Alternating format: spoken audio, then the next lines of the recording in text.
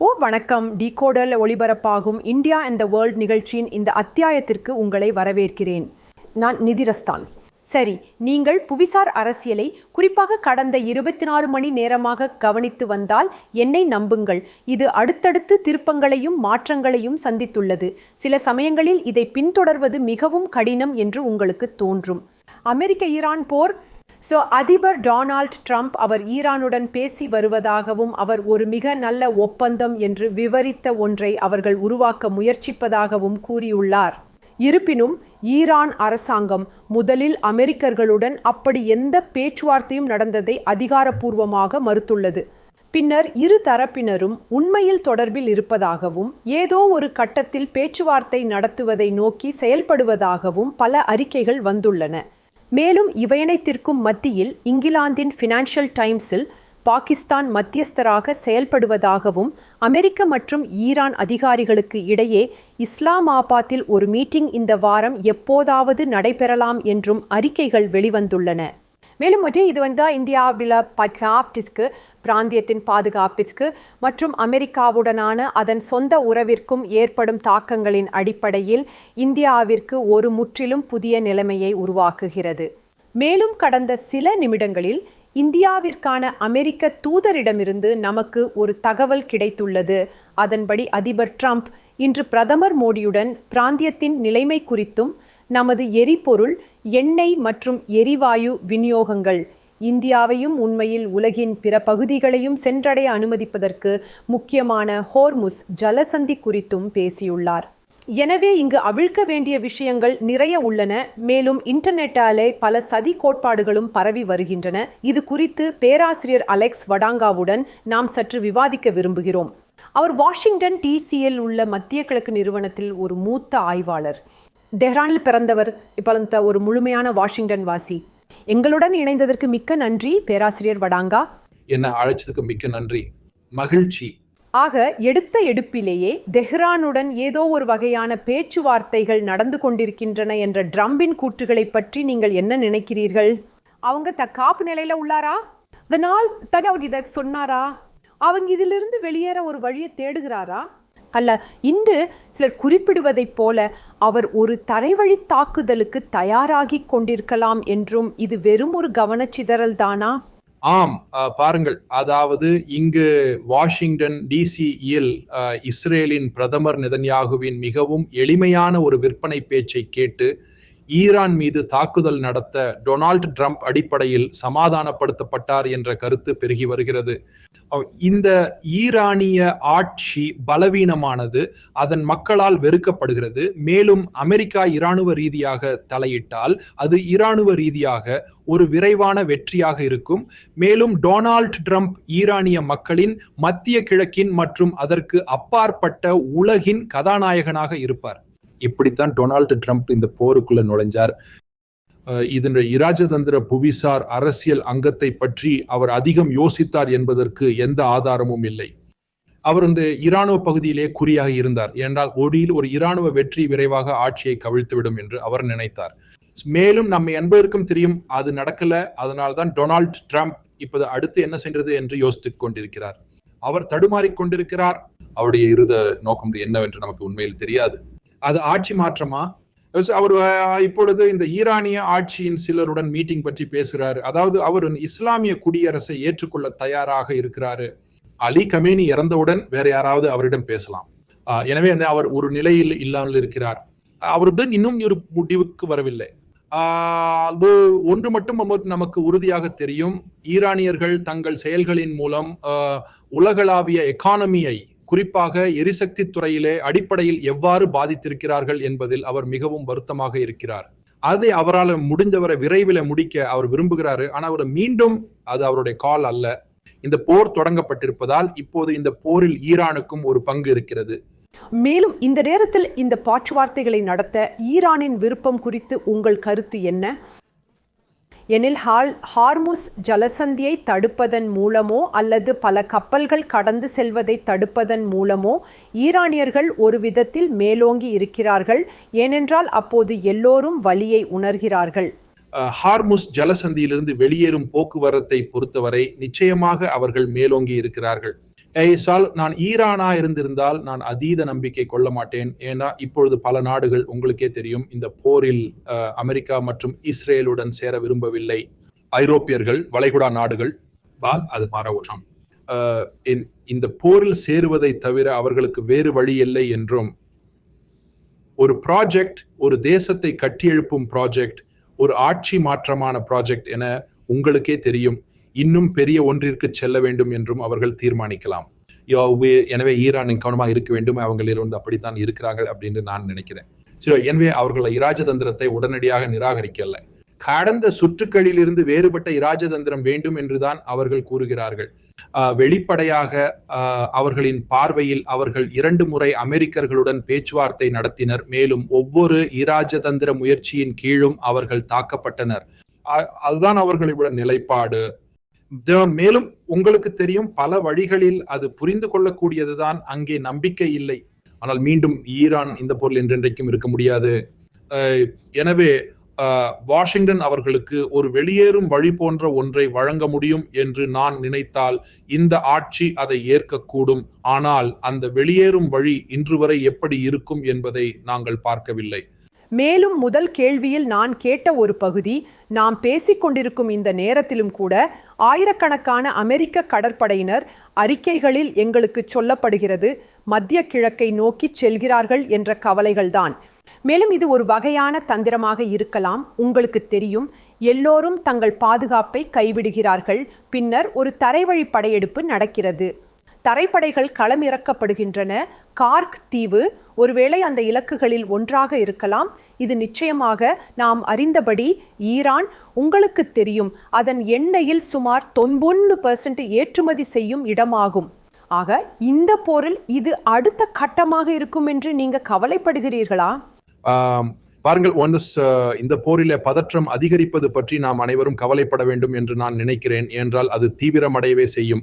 மேலும் அது ஈரானுக்கு நல்லதல்ல, அமெரிக்காவின் நலன்களுக்கு நல்லதல்ல, இஸ்ரேலுக்கு நல்லதல்ல. மேலும் பாரசீக வளைகுடாவின் அரபு நாடுகள் போன்ற நாடுகளுக்கு இது நிச்சயமாக நல்லதல்ல. இப்போது எல்லோரும் துன்பப்படுகிறார்கள்.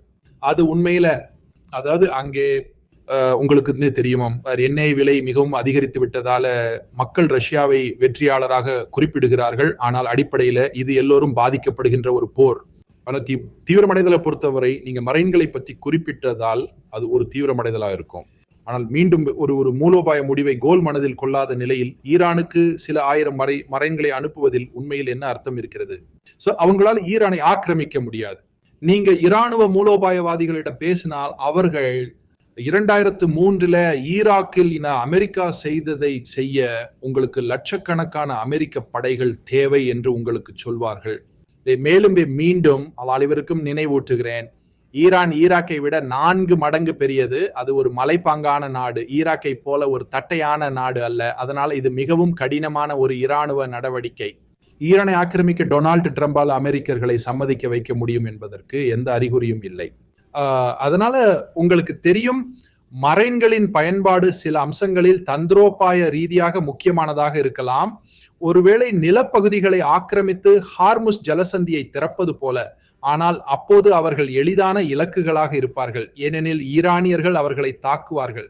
அதாவது ஈரான் மண்ணில் அமெரிக்கர்கள் இறப்பார்கள். மேலும் மத்திய கிழக்கில் இதை ஒருபோதும் செய்ய மாட்டேன் என்றுதான் ட்ரம்ப் அனைவருக்கும் உறுதியளித்தார். இப்போது அவர் நாட்டை அநேகமாக அமெரிக்க வரலாற்றிலேயே மிகப்பெரிய போருக்கு இட்டுச் செல்கிறார். அவர் கொடுத்த வாக்கை காப்பாற்றும் மனிதர் அல்ல என்பது நமக்கு தெரியும். ஆனால் உங்களுக்கு தெரியும், மீண்டும் உங்களுக்கு தெரியும், ஒருவேளை இந்த சமாதான பேச்சுவார்த்தைகள் அவை எப்போதாவது நடந்தால் அமெரிக்கர்கள் யதார்த்தமாக யாரிடம் பேச முடியும்? ஈரானுக்குள்ளே கூட IRGCக்கும் சொல்லப்போனால் பொதுமக்கள் தலைமைக்கும் இடையில் எந்த பாதையை பின்பற்ற வேண்டும் என்பது குறித்து கருத்து வேறுபாடு உள்ளது என்பது உண்மையா? பாருங்கள், நான் நினைக்கிறேன், அடிப்படையில் நான் இதை இப்படித்தான் பார்க்கிறேன். நீங்கள் சரியாக சுட்டிக்காட்டியது போல இஸ்லாமிய குடியரசில் ஒரு பொதுமக்கள் அங்கம் உள்ளது. ஆனால் அவர்கள் நாட்டின் அன்றாட விவகாரங்களான மின்சாரம், தண்ணீர் மற்றும் பொது பயன்பாட்டு சேவைகளை நடத்துவதில் மும்முரமாக இருக்கிறார்கள். அமெரிக்கர்களுடன் நடக்கக்கூடிய அந்த மூலோபாய முக்கியமான உரையாடல்கள் என்று வரும்போது ஷார்ட்ஸ்களை கால் செய்பவர்கள் அவர்கள் அல்ல. அதை யாரு செய்வார்கள் சார் என்று பார்க்க நீங்கள் புரட்சிகர பாதுகாவலர்களின் அணிகளை பார்க்க வேண்டும். அடிப்படையில் அவர்கள்தான் அந்த அந்த அந்த ஒசிந்த் இன்றைக்கு ஈரானின் பொறுப்பில் இருக்கும் சக்தி. ஆனால் ஒருவேளை இதோ ஒரு நல்ல செய்தி, அவங்க பல வழிகளில் கடும் போக்காளர்கள், அவங்களுடைய அதிருப்தியில் இருக்கிறாங்க, அவங்க பழிவாங்க விரும்புகிறார்கள், ஆனால் அவர்கள் தற்கொலை மனப்பான்மை கொண்டவர்கள் அல்ல. அதனால சரியான வகையான சூழ்நிலைகளில் இதிலிருந்து வெளியேற அவர்களுக்கு ஒரு வழி இருந்தால் அவர்களும் வாழ விரும்புகிறார்கள். அவங்களை திரும்பி பின்றி அந்த நாட்டை ஆள விரும்புகிறார்கள். அவர்கள் போவதற்கு எங்கும் இடமில்லை. ஒரு புரட்சிகர பாதுகாவலர்கள் தளபதிக்கு எந்த புகலிடமும் இல்லை. அவர்கள் எங்கே போக போறாங்க? அவரை யாரும் ஏற்றுக்கொள்ள மாட்டார்கள். அதனால ஒரு வெளியேற்கும் வழியை தேடுவதற்கும் அவங்களுக்கு ஒரு காரணம் இருக்கிறது. மீண்டும் கேள்வி என்னவென்றால், ட்ரம்பால் அவங்களுக்கு என்ன வகையான சலுகை வழங்கப்படும்? மேலும் ஜனாதிபதி ட்ரம்ப் யதார்த்தமாக இருக்க வேண்டும். அறந்த காலத்தில் அவரது சில கோரிக்கைகள் மிகவும் உச்சபட்சமானவையாக இருந்தன. மேலும் அவர் ஒருவேளை தனது அணுகுமுறையை தணிக்க வேண்டும். ஈரான் தரப்பும் அவ்வாறே செய்ய வேண்டும். ஏனென்றால் ராஜதந்திரம் பலனளிக்கவில்லை என்றால் அமெரிக்காவின் நாடுகளை மட்டுமல்லாமல் சூழ்ந்து கொள்ளும் ஒரு போரில் நீங்கள் சிக்குவீர்கள் என்பதை இப்போது நாம் பார்த்திருக்கிறோம். மற்றும் ஈரான், ஆனால் உலகெங்கிலும் உள்ள மற்ற நாடுகளின் அடிப்படையில் கூட மிகவும் அதிகமாக. மென்மையா சொல்வதானால் இது ஒரு முழுமையான பைத்தியக்காரத்தனம். ஆனால் பேராசிரியர் வதாங்கா, நான் உங்களிடம் ஒரு இறுதி கேள்வியை கேட்கலாமா? இதில் இந்தியாவின் நிலைப்பாட்டை டெஹ்ரான் எப்படி பார்க்கும் என்று நீங்கள் நினைக்கிறீர்கள்? உங்களுக்கு தெரியும், நாங்கள் கால் என்று குறிப்பிடும் ஈரானுடனும் மத்திய கிழக்கு அல்லது மேற்கு ஆசிய நாடுகளுடனும் இந்தியா பாரம்பரியமாக நல்ல உறவுகளை கொண்டுள்ளது. இப்போது நிச்சயமாக நாங்கள் அமெரிக்கர்கள் மற்றும் இஸ்ரேலியர்களுடன் மிகவும் நெருக்கமாக இருக்கிறோம். உங்களுக்கு தெரியும், தாக்குதல்களுக்கு முந்தைய நாள் பிரதமர் இஸ்ரேலுக்கு சென்றார். பின்னர் நாங்கள் ஈரானின் மீதான அமெரிக்க மற்றும் இஸ்ரேலிய தாக்குதல்களை கண்டிக்கவில்லை. அது இன்னும் நடக்கவில்லை. மேலும் உச்ச தலைவரின் மரணத்திற்கும் ஒருவித தாமதமாக இரங்கல் தெரிவித்தோம் என்று இந்தியாவில் நிறைய விமர்சனங்கள் உள்ளன. ஆமா, ஈரானிலேயே இனி இது எப்படி பார்க்கப்படுகிறது என்று நீங்கள் நினைக்கிறீர்கள்? இல்லை, நான் நினைக்கிறேன் சாதாரபூர்வ ஈரானிய கருத்து இந்தியாவில் ஏமாற்றம் அடைந்துள்ளது என்பதில் சர்ப்ரைஸ் இல்லை. குறிப்பாக அமெரிக்கர்களால் தாக்கப்பட்ட அவர்களது கடற்படை கப்பலுக்கு இந்தியா உண்மையில் உதவ எதுவும் செய்யவில்லை என்று அவர்கள் உணர்ந்த விதத்தில். ஏனென்றால் சரியோ தவறோ ஈரான், பெர்சியா மற்றும் இந்தியாவிற்கு இடையே உள்ள நாகரிக உறவுகளை ஈரானியர்கள் கால் என்று கருதுவதை நீங்கள் பார்க்க வேண்டும். மேலும் 10 ஆண்டுகளாக ஈரான் இந்தியாவை ஒரு வளர்ந்து வரும் எக்கானமி, ஒரு வளர்ந்து வரும் சக்தியாக பார்த்து வருகிறது. ஈரானியர்கள் முழுவதுமாக சீனாவை சார்ந்திருக்காமல் கவனமாக இருந்தனர். மேலும் விரும்பியது, உதாரணமாக சபஹார் துறைமுகத்தில் ஈரானில் இந்தியா ஈடுபடுவதற்கு ஒரு வழியை கொடுக்க முயன்றதை நாம் பார்த்திருக்கிறோம். ஏனென்றால் அது அர்த்தமுள்ளதாக இருந்தது. ஏனென்றால் வரவிருக்கும் ஆண்டுகளில் மற்றும் 10 ஆண்டுகளில் இந்தியா மேலும் மேலும் வலிமையடையும். ஆனால் இன்னைக்கு உறவுகள் அந்த நிலையில இல்லை. இன்று நீங்கள் சுட்டிக்காட்டியபடி இந்தியா, அமெரிக்கா, இஸ்ரேல், வளைகுடா நாடுகளில் பெரிதும் முதலீடு செய்துள்ளது. மேலும் அடிப்படையில் ஈரான் மீது அவ்வளவு கவனம் செலுத்தவில்லை. அதுதான் இன்றைய உண்மை. மீண்டும் மாறக்கூடும். ஏன்னா ஈரான் அவ்வளவு முக்கியமான ஒரு நிலப்பாலம். ஒருவேளை இந்தியா எப்போதாவது மத்திய ஆசியா அல்லது ஆப்கானிஸ்தானில் ஒரு பிளேயராக மீண்டும் வர விரும்பினால் மற்றும் மற்றும் மற்றும் பாகிஸ்தானுக்கு ஒரு எதிர் எடையை கண்டுபிடிக்க விரும்பினால் மீண்டும் ஈரானை தவிர்ப்பது கடினம். வெளிப்படையாக பிரதமர் மோடி அந்த நிலையில் இல்லை. நீங்கள் சுட்டிக்காட்டியபடி அவர் இஸ்ரேலியர்களுக்கு முன்னுரிமை அளித்துள்ளார். மேலும் ஒரு ஈரான் இஸ்ரேல் போரின் நடுவில் நீங்கள் இஸ்ரேலுக்கு முன்னுரிமை அளித்தால் அப்பொழுது அது நிச்சயமாக தெஹ்ரானுடனான உங்கள் உறவுகளுக்கு உதவாது. ஆனா அவங்க செய்ய முயற்சிக்க வேண்டியது இந்த கவர்னர் சமநிலைப்படுத்துவது செயல் என்றது நான் அதை சந்தேகிக்கிறேன். அவர்கள் நிரந்தரமாக உறவுகளை முறித்துக் கொள்வார்களா என்று எனக்கு தெரியாது. எனக்கு சந்தேகமா இருக்கா. நான் நினைக்கிறேன் இந்த 2 நாடுகளும் இழப்பதற்கு அதிகம் உள்ளது. அவங்கள் உறவுகளை சரி செய்ய ஒரு வழியை கண்டுபிடிப்பார்கள். ஆனால் அது போன்ற எதையும் செய்வதற்கு இது மிகவும் மிகவும் சீக்கிரம். சரி, பேராசிரியர் வதங்கா, இந்த பெரிய செய்தியை பற்றிய உங்கள் கண்ணோட்டத்தை பெற்றது சிறப்பாக இருந்தது. இன்றைக்கு டீ கோடரில் எங்களுடன் இணைந்ததற்கு ஒன்றா என்னை அழைத்ததற்கு நன்றி. மேலும் இப்போது நம்முடன் இணைந்து இந்த போரில் உண்மையில் என்ன நடக்கிறது என்பதை நமக்கு விளக்க அல்லது புரிந்து கொள்ள முயற்சி செய்ய இந்தியாவின் முன்னாள் வெளியுறவு செயலாளர் திரு கமல் சிபல், தூதர் சிபல் என்று டீ கோடரில் எங்களுடன் இணைந்ததற்கு மிக்க நன்றி. கடந்த ஒரு மணி நேரத்திற்குள் வந்த ஒரு செய்தியை பற்றி உங்கள் முதல் கருத்துக்களை பெற விரும்பினேன். அது அதிபர் ட்ரம்ப் பிரதமர் மோடிக்கு செய்த ஒரு தொலைபேசி கால் பற்றியது. அந்த US மேற்கு ஆசியாவில் உள்ள நிலைமை தொடர்பாக ஹார்முஸ் ஜலசந்தியை திறந்து வைப்பதன் முக்கியத்துவம் விவாதிக்கப்பட்ட விஷயங்களில் ஒன்று என்று அது கூறியுள்ளது. பிப்ரவரி 28 அன்று போர் வெடித்ததிலிருந்து அந்த இரண்டு தலைவர்களும் நடத்திய முதல் உரையாடல் இதுதான் என்று நான் நினைக்கிறேன். இந்த உரையாடலின் முக்கியத்துவம் குறித்த உங்கள் முதல் கருத்து என்ன? சரி, ட்ரம்ப் ஒரு வெளியேறும் வழியை தேடிக்கொண்டிருக்கிறார். மேலும் அவர் ஈரானுடன் ஒருவித உடன்பாட்டை எட்டுவதற்கு ஏதேனும் வழியை கண்டுபிடிக்க முடியுமா என்று பார்க்க பல்வேறு நாடுகளை உள்ளே இழுக்க முயற்சிக்கிறார். ஏனென்றால் நமது பிரதமருடனான இந்த கால்க்கு முன்பு உங்களுக்கு தெரிந்தபடி பாகிஸ்தானின் ஜெனரல் அசிம் முனிர் தனது மத்தியஸ்தத்தை வழங்கியதாக செய்திகள் வந்துள்ளன. எகிப்து ஈடுபட்டுள்ளது, துருக்கி ஈடுபட்டுள்ளது. நான் நினைக்கிறேன் வளைகுடா நாடுகளும் ஒரு வழியை கண்டுபிடிக்குமாறு ட்ரம்ப் மீது அழுத்தம் கொடுத்து வருகின்றன. ஏனென்றால் ஒருவேளை ட்ரம்ப் ஈரானின் எரிசக்தி உள்கட்டமைப்பை தாக்க முற்பட்டால் அவர்கள் ஏற்கனவே அறிவித்தபடி வளைகுடா நாடுகளில் உள்ள எரிசக்தி உள்கட்டமைப்பு, அதோடு அமெரிக்க சொத்துக்கள், அதோடு கடல் நீரை குடிநீராக்கும் ஆலைகள் மீது திருப்பி தாக்குவார்கள் என்று அவர்கள் மிகவும் அஞ்சுகிறார்கள். இது அவர்களின் பொருளாதாரங்களை ஒரு முடக்க நிலைக்கு கொண்டு வரும். அதனால அவர் வெளியேறும் வழிகளை வந்து தேடிக்கொண்டிருக்கிறாரு என்று நான் நினைக்கிறேன். எனக்கு ஒரு ஆச்சரியமான விஷயம் என்னன்னா, ஒரு புறம் அவர், உங்களுக்கு தான் தெரியும், அமெரிக்கா ஹார்முஸ் ஜலசந்தியை பயன்படுத்துவதில்லை. எனவே இது அமெரிக்காவிற்கு ஒரு பிரச்சனை இல்லை என்று சொல்லிக் கொண்டிருக்கிறார். இது மற்ற நாடுகளுக்கு ஒரு பிரச்சனை. எனவே அவர்கள் இதில் தலையிட்டு இதை திறந்து வைக்க உதவ வேண்டும். அதனால் ஒருபுறம் அவர் அவர் அவர் அவர் கவலைப்படவில்லை என்று சொல்கிறாரு. மறுபுறம் ஈரான் மீது ஒருவித அழுத்தத்தை கொடுப்பதில் மற்ற அனைவரும் சேர வேண்டும் என்று அவர் விரும்புகிறார். இப்பொழுது உண்மை என்னென்றால், நாங்கள் ஈரானுடன் தொடர்பில் இருந்து வருகிறோம். நாங்கள் ட்ரம்ப் நமது பிரதமருக்கு செய்த இந்த கால்க்கு முன்னதான நமது சொந்த அறிக்கைகளும் ஹார்முஸ் ஜலசந்தி திறந்து வைக்கப்பட வேண்டும் என்றும் வணிக போக்குவரத்து தடைபடக்கூடாது என்றும் கூறியுள்ளன. அதனால நாங்களும் இந்த விஷயத்துல கவனம் செலுத்துகிறோம் என்றால் அது எங்களுக்கு மிகவும் தீவிரமானது. அதனால் அந்த சூழலில் ஹார்முஸ் ஜலசந்தியை திறந்து வைப்பதற்காக ஈரான் மீது அழுத்தத்தை உருவாக்க ட்ரம்ப் நமது பிரதமரை தொலைபேசியில் அழைத்திருக்கிறார் என்று நான் நினைக்கிறேன். ஆனால் உண்மை என்னவென்றால், சீனா, ரஷ்யா, இந்தியா, பாகிஸ்தான், மற்றொன்று அல்லது இரண்டு நாடுகள், இந்தோனேசியா மற்றும் அனைவருக்கும் ஹார்முஸ் ஜலசந்தி ஈரானால் திறந்து வைக்கப்பட்டுள்ளது. நிச்சயமாக முன்பு போல் சுமூகமாக இல்லாவிட்டாலும். மேலும் அவர்கள் அறிவித்துள்ளனர். சமீபத்திய அறிவிப்பு என்னவென்றால், இஸ்ரேலிய மற்றும் அமெரிக்க கப்பல்களை ஹார்முஸ் ஜலசந்தி வழியாக செல்ல அவர்கள் அனுமதிக்க மாட்டார்கள். அதனால் ஒரு வகையில் ஈரானியர்கள் மிகவும் புத்திசாலித்தனமான, நன்கு திட்டமிடப்பட்ட ஒரு தீவிரப்படுத்தும் விளையாட்டை விளையாடுகிறார்கள். அதில் அவர்கள் ஹார்முஸ் ஜலசந்தியை மூடவில்லை, அவர்கள் அதை திறந்து வைத்திருக்கிறார்கள். ஆனால் தேர்ந்தெடுக்கப்பட்ட நாடுகளுக்கு மட்டும், ஈரானின் எதிரிகளுக்கு அல்ல. இதில் இஸ்ரேலை தவிர வளைகுடா நாடுகளும் வளைகுடாவுடன். சரி, இது சுவாரஸ்யமாக இருக்கிறது என்று நான் நிச்சயமாக நினைக்கிறேன். இந்த போருக்கான இலக்குகள், குறைந்தபட்சம் அதிபர் ட்ரம்ப் இது தொடங்கியதிலிருந்து பல முறை மாற்றியிருக்கிறார். அது ஆட்சி மாற்றத்திலிருந்து உங்களுக்கு தெரியும், அவர்களின் அணு ஆயுதங்களை தடுப்பது இப்போது ஹார்முஸ் ஜலசந்தியை திறந்து வைப்பது வரை சென்றுள்ளது.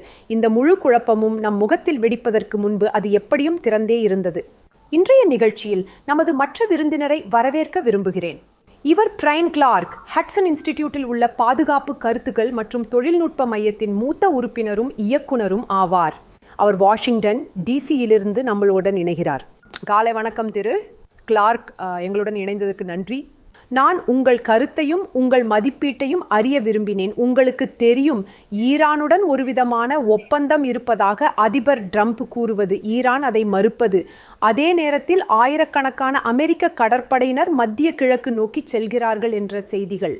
எனவே அது ஸ்பெக்குலேஷனுக்கு வழிவகுத்துள்ளது. அதற்கு பதிலாக ஒரு தரைவழி படையெடுப்பு இருக்கக்கூடுமா? அதனால் இந்த போர் மேலும் மோசமடையுமா? நீங்கள் விரும்பினால் அதை எங்களுக்காக சுருக்கமாக கூறலாம். அதனால் இந்த சொல்லி ஈரசங்கில நிர்வாகம் அதன் விருப்பங்களை திறந்து வைக்க முயற்சிக்க விரும்புகிறது என்பது தெளிவாகிறது.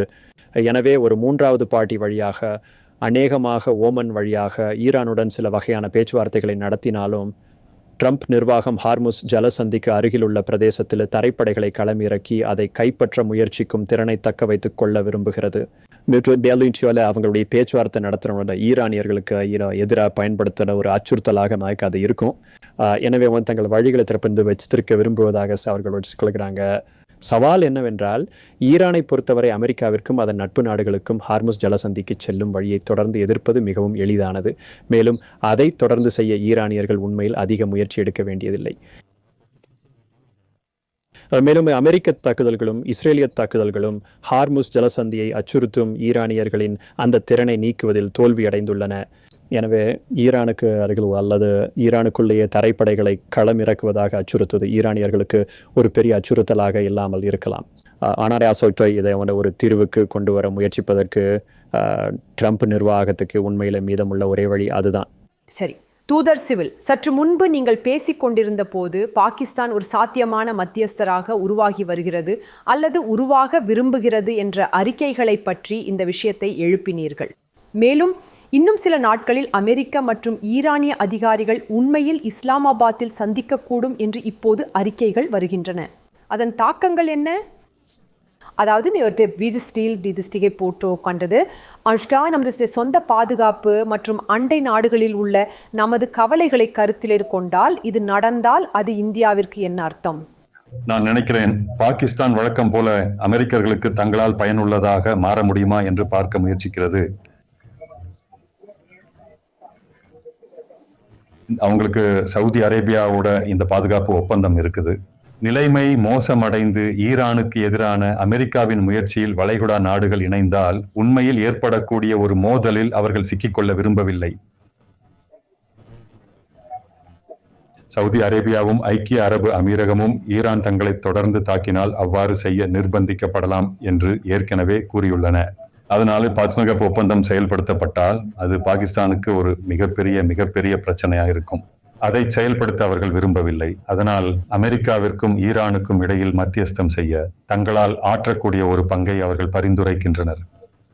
மறுபுறம் நீங்கள் அந்த அறிக்கையை பார்த்திருந்தால் நான் நினைக்கிறேன் அது ஈரான் ஜனாதிபதியுடையது. அதில் அவர் உண்மையில் அவர்கள் சந்தேகிப்பது போல ஈரானுக்கு எதிரான தாக்குதலுக்கு தங்கள் தளங்களை பயன்படுத்த அனுமதித்தால் பாகிஸ்தானுக்கு கடுமையான விளைவுகள் ஏற்படும் என்று மிரட்டியுள்ளார். அதனால் பாகிஸ்தான் மிகவும் கடினமான சூழ்நிலையில் சிக்கியுள்ளது என்று நான் நினைக்கிறேன். இது சாத்தியமான பிரச்சனைகளிலிருந்து வெளிவரும் வழிகளாகவோ அல்லது மத்தியஸ்த முயற்சிகளாகவோ ஒளிபரப்பப்படும் சில விஷயங்கள். ஆனால் நான் அதை சீரியஸாக எடுத்துக்கொள்ள மாட்டேன். மேலும் ஈரானும் என்று என்னால் கற்பனை செய்து பார்க்க முடியவில்லை. செய்வாங்க. ஈரானிய கலிஃபாவோ அல்லது வேறு யாரோ பாகிஸ்தானுக்கு சென்று மிட்சாஃப் மற்றும் குஷ்னர் மற்றும் அமெரிக்காவின் துணை ஜனாதிபதியுடன் பேச்சுவார்த்தை நடத்துவார்கள். நான் தனிப்பட்ட முறையில் இது வெறும் ஊகங்களை கிளப்பி விடுவது என்று நினைக்கிறேன். இது வெறும் ஊகங்களை கிளப்பி விடுவது என்று நினைக்கிறீர்களா? அது சுவாரஸ்யமா இருக்கு. திரு கிளார்க், உங்களுக்கு ஏதேனும் கருத்துக்கள் உள்ளதா? அதாவது பாகிஸ்தான் ஒருவேளை மத்தியஸ்தராக செயல்படக்கூடிய இந்த பங்கின் மீது மேலும் தரைப்படை வீரர்களை அனுப்பும் விஷயத்தை பற்றியும், அதாவது அது ஒரு முழுமையான மற்றும் முற்றிலுமான பேரழிவாக இருக்காதா? அதன் அர்த்தம் அமெரிக்க படைகளிடையே பெரும் உயிரிழப்புகள் ஏற்படும். மேலும் அரசியல் ரீதியாகவும் அது டொனால்ட் ட்ரம்ப் மற்றும் அவரது நிர்வாகத்திற்கு மிகவும் மோசமான விளைவை ஏற்படுத்துமா? ஆம், நான் ஒப்புக்கொள்கிறேன். எனவே பாகிஸ்தானின் பங்கு இங்கே மிகவும் முக்கியமானதாக இருக்கலாம். ஏனெனில் அது ஒரு இடைத்தரகராக செயல்பட்டு இங்கே ஒரு தீர்வை கொண்டு வர முயற்சி செய்யலாம். ஏனெனில் நான் சொன்னது போல் ஹார்முஸ் ஜலசந்திக்கான அணுகலை மீட்டெடுக்க அமெரிக்காவிற்கு இந்த நேரத்தில் சில இராணுவ தீர்வுகள் மட்டுமே உள்ளன. அது உண்மையாகவே ஈரான் ஒப்புக்கொள்ளும் ஒரு பேச்சுவார்த்தை உடன்படிக்கையாக இருக்க வேண்டும். தாக்குதல்களை நிறுத்துவதை தவிர இந்த நேரத்தில் அமெரிக்கா வழங்கக்கூடியது அதிகமில்லை. ஒரு உடன்பாட்டை எட்டுவதற்கு அவர்களை ஊக்குவிக்கும் வகையில் அப்பகுதியில் உள்ள மற்ற நாடுகள் பாகிஸ்தானுக்கு அதிகமாக வழங்கக்கூடும். படைகளை தரையிறக்கும் யோசனை என்பது ஒரு நடைமுறை முயற்சியை விட அநேகமாக ஒரு தந்திரம் அல்லது பேச்சுவார்த்தை கருவியாகவே உள்ளது. நீங்கள் சொன்னது போல அதில் அதிக எண்ணிக்கையிலான உயிரிழப்புகளுக்கு ஒரு சாத்தியத்தை உருவாக்குகிறது. அவங்க எப்படி அப்படிங்கிறது தெளிவாக இல்லை. ஹார்முஸ் ஜலசந்திக்கான அணுகலை உண்மையில் மீட்டெடுப்பதில் அவர்கள் எவ்வளவு வெற்றிகரமாக இருக்கக்கூடும் ஈரானிய கடற்கரையோரம் பல இடங்கள் உள்ளன. அங்கு IRGC ஆயுதங்களை சேமிக்க முடியும் மற்றும் அங்கிருந்து ட்ரோன்களையும் ஏவுகணைகளையும் ஏவி வருகின்றன. எனவே தரைப்படைகளை கொண்டு அதை முற்றிலுமாக ஒழிக்க நீங்கள் விரும்பினால் அதற்கான ஒரு முயற்சியை மேற்கொள்வது கடினமாக இருக்கும். மேலும் அதற்கு மாதங்கள் ஆகும்.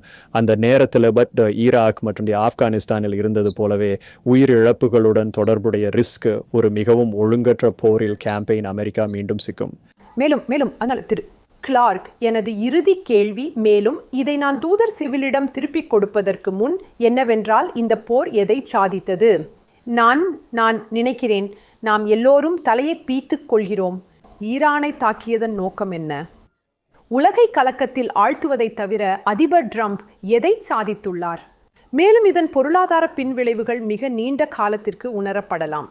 ஆம், நான் நினைக்கிறேன். நிர்வாகம் என்ன சொல்லும் என்றால், அவர்கள் ஈரானியர்களின் இராணுவத்தையும் அவர்களின் அதிகாரத்தை வெளிப்படுத்தும் திறனையும் ஒழித்து விட்டார்கள் என்பதே. அவர்களிடம் உள்ள பாலிஸ்டிக் ஏவுகணைகளின் எண்ணிக்கையை குறைத்து விட்டார்கள். அவர்களின் கடற்படையையும் அவர்களின் விமானப்படைகளில் பெரும்பாலானவற்றையும் நான் நினைக்கிறேன் அழித்து விட்டார்கள். எனவே ஈரான் அதன் அண்டை நாடுகளை அச்சுறுத்தும் திறனை அவர்கள் குறைத்து விட்டார்கள். ஆனால் அவர் அதை முழுமையாக ஒழிக்கவில்லை. நாம் பார்த்தபடி டெல் அவிவில் ஏவுகணை தாக்குதல்கள் நடந்துள்ளன. டியாகோ கார்சியாவில் ஒரு ஏவுகணை தாக்குதல் நடந்தது. எனவே ஈரானுக்கு இன்னும் ஒரு சிறிய அளவில் அதன் எதிரிகளை சென்றடைந்து தாக்கும் திறன் உள்ளது. பனாய்க்கு அந்த அச்சுறுத்தலை அவர்களை பெரும்பாலும் ஒழித்து விட்டதாக அமெரிக்கா வாதிடும் என்று நான் நினைக்கிறேன். ஆனால் ஒப்பீட்டளவில் அந்த மிதமான இராணுவ இலக்கை அடைய இது ஒரு கணிசமான விலையாகும்.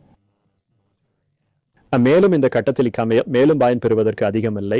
ஏனெனில் ஈரானில் இருந்து அணுசக்தி பொருளை மீண்டும் குறைக்க அல்லது அகற்ற ஒரு வழி இருக்கிறதா என்பது தெளிவாக தெரியவில்லை. மேலும் அவர்கள் நிச்சயமாக ஆட்சியை மாற்றவில்லை.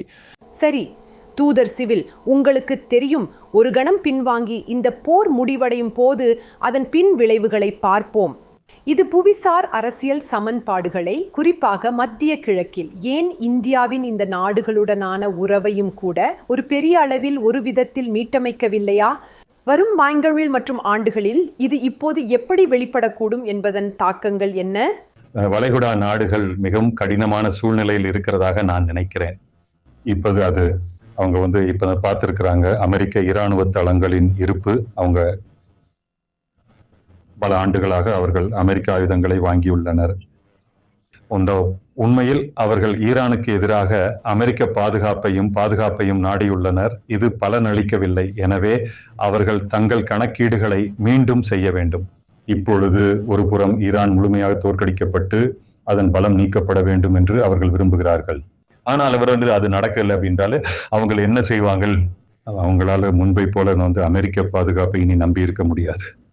மறுபுறம் அவங்களால் விலகி சென்று நாங்கள் எங்களுடைய பாதுகாப்பை கவனித்துக் கொள்கிறோம் என்று கூட சொல்ல முடியாது. என்றால் அவங்களால முடியாது. எனவே இது அவர்கள் எதிர்கொள்ளும் ஒரு பெரிய இக்கட்டான சூழ்நிலை.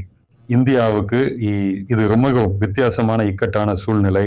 ஏன்னா உண்மையில் பாதிக்கப்பட்ட நாடு பெரிய நாடுகளிலே நடந்தவற்றால் மிகவும் பாதிக்கப்பட்ட நாடு இந்தியா தான். ஏனென்றால் அங்குள்ள நமது 10 மில்லியன் மக்கள் சுமார் 35 to 40 பில்லியன் டாலர் பணம் அனுப்புதல், நமது 40%,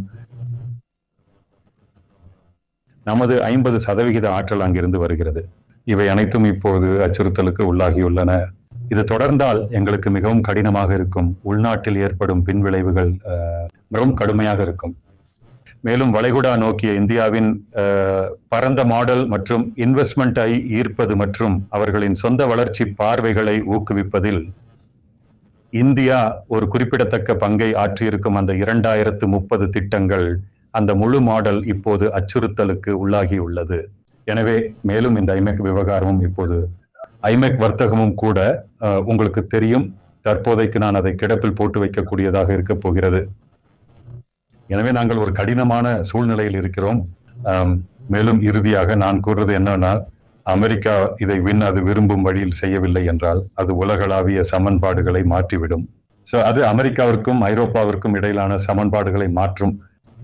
மன்னிக்கவும், அமெரிக்காவிற்கும் ரஷ்யாவிற்கும், அமெரிக்காவிற்கும் சீனாவிற்கும், அமெரிக்காவிற்கும் மற்றும் எண்ணெய் வளங்களில் மிகவும் செழிப்பாக உள்ள உலகின் இந்த பகுதிக்கும், மேலும் பிரிக்கின் முழு கருத்தாக்கமும் பல்முனை துருவமுனைப்பு என்ற முழு கருத்தாக்கமும் வலிமை பெறும். மேலும் பிரிக்ஸும் வலிமை பெறும். ஏனென்றால் அமெரிக்கா உலகின் மிக சக்தி வாய்ந்த நாடாக தொடர்ந்தாலும் ஆனாலும் அவர்கள் இனி நிகழ்வுகளை தாங்கள் விரும்பும் வழியில் வடிவமைக்கவும் மற்ற நாடுகள் தங்களுக்கு பாதுகாப்பு வழங்க வேண்டும் என்று விரும்பும் வழியில் பாதுகாப்பை வழங்கவும் கூடிய நிலையில் இல்லை என்பது நிரூபிக்கப்பட்டிருக்கும். மேலும் அமெரிக்க தளங்கள் உண்மையில் என்ற உணர்வு வளரும். சில சூழ்நிலைகளில் ஒரு சுமையாக மாறக்கூடும். நான் நினைக்கிறேன் முழு கணக்குகளும் மீண்டும் எழுதப்படும். உடனடியாக அல்ல, ஆனால் காலப்போக்கில் அவை மிகவும் குறிப்பிடத்தக்க வகையில் மீண்டும் எழுதப்படும். நிச்சயமா இது ஒரு சாதாரண போர் அல்ல. இது உங்களுக்கு தெரியும் பல வழிகளில் முழு உலகிற்கும் பின் விளைவுகளை கொண்ட ஒரு மிக தீவிரமான மோதல். மிக்க நன்றி தூதர் கவால் சிங் மற்றும் திரு. இந்தியாவுக்கான அந்த பெரிய செய்தியை பற்றிய உங்கள் கண்ணோட்டங்களுடன் இன்றைக்கு டீகோடர்ல எங்களுடன் இணைந்தமைக்காக பிரைன் கிளார்க்கிற்கு இது கடைசி வாய்ப்பு. நன்றி. இல்லை, நன்றி. மேலும் அமெரிக்க ஈரான் மோதலையும் இந்தியாவுக்கான அதன் தாக்கங்களையும் நாங்கள் கண்காணிக்கும் போது இன்னும் பலவற்றுடன் மீண்டும் வருவோம். தயவு செய்து மீண்டும் எங்களுடன் இணைற்றுங்கள்.